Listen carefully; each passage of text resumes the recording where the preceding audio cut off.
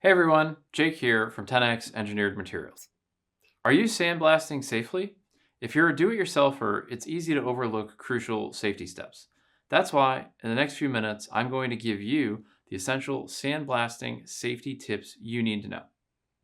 First up, personal protective equipment, or PPE. This isn't optional, folks. It's your first line of defense. At the top of the list is a proper respirator. Sandblasting can create a lot of dust, and you do not want to breathe that in. So make sure that it fits well and it's rated for the type of dust that you're dealing with. Next, protect your eyes. Safety glasses or goggles are a must to prevent flying debris from causing serious injury. And finally, gloves. Protect your hands from abrasion and potential cuts.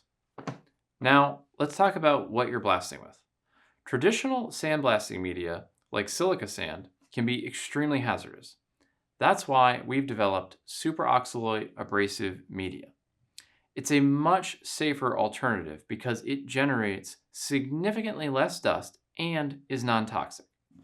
Superoxalloy is even accredited by organizations like the World Health Organization and CARB, giving you peace of mind.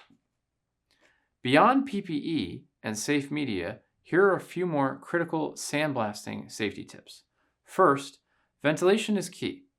Always work in a well-ventilated area to minimize dust exposure.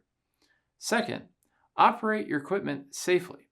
Follow the manufacturer's instructions and never bypass safety features. And third, maintain your gear.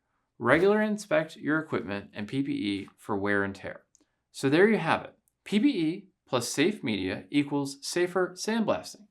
So to learn more about superoxalloy and its safety benefits, visit 10xem.com/safety. And don't forget to subscribe for more sandblasting tips and stay safe out there.